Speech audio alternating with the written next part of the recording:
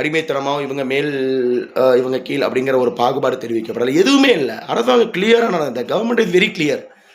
இதில் வந்து மீண்டும் மீண்டும் அந்த பழைய அரசியல் நிலைகளை கொண்டு வரணும், திணிக்கணும் அப்படின்னு நினைக்கும் பொழுது கண்டிப்பாக இப்போ அமைந்துள்ள இந்த அரசாங்கமும் இந்த நமது தமிழக முற்றிக் கழகமும் கண்டிப்பாக இதுக்கு குரல் கொடுத்து நாங்கள் ரொம்ப தெளிவாக இருக்கோங்கிறத சொல்லணும். பழைய நம்ம கட்சிகள் மாதிரி நம்ம சொல்ல தேவைப்படாதுன்னு நான் நினைக்கிறேன்.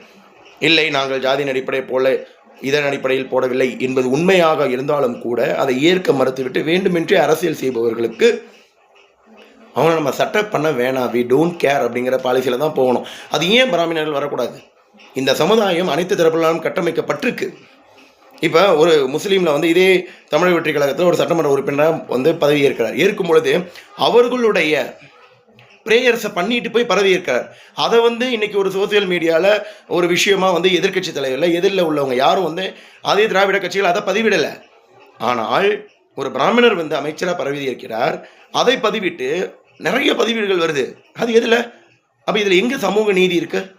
அப்போ சமூக நீதியை தமிழக வெற்றி கழகம் வெளிப்படைத்தன்மையுடன் ஃபாலோ பண்ணிட்டு இருக்காங்க, இம்ப்ளிமெண்ட் பண்ணியிருக்காங்கிறது இந்த அரசாங்கம் அமைந்ததற்கு சாட்சி. இந்த அமைந்துள்ள அரசாங்கமே அந்த சமூக நீதிக்கு சாட்சி. சொல்லலாம் நீங்கள் எல்லா அரசாங்கத்தை காப்பாற்றிக்கணும், அதுக்கு நிறைய வழி இருக்குதுன்னு வச்சுக்கோங்களேன். அது ரெண்டாவது கட்ட அரசியல்.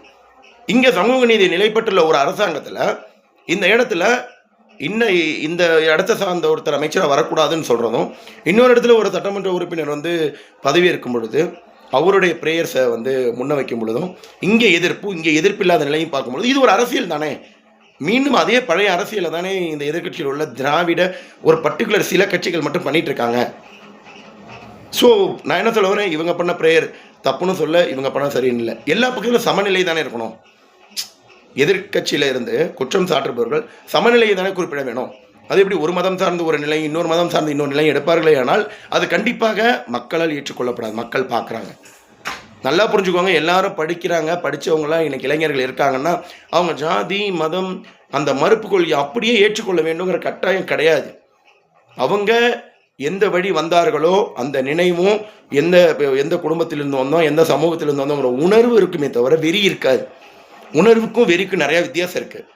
இங்கே நிறைய பேர் எதிரில் இருக்கிற ஒரு சில திராவிட கட்சிகள் அவங்கெல்லாம் வந்து அதை வெறியாக திணிக்க மக்களுக்கு மத்தியில் பார்க்குறாங்க. நம்ம ஒரு விஷயத்தை இருக்குன்னா மட்டும்தான் ஒழிக்க முடியும், இல்லைன்னா ஒழிக்க முடியாது. நம்ம இருக்குன்னு சொல்லுவோம். இந்த இடத்துல நான் அதை தான் மறுபடியும் சொல்கிறேன்.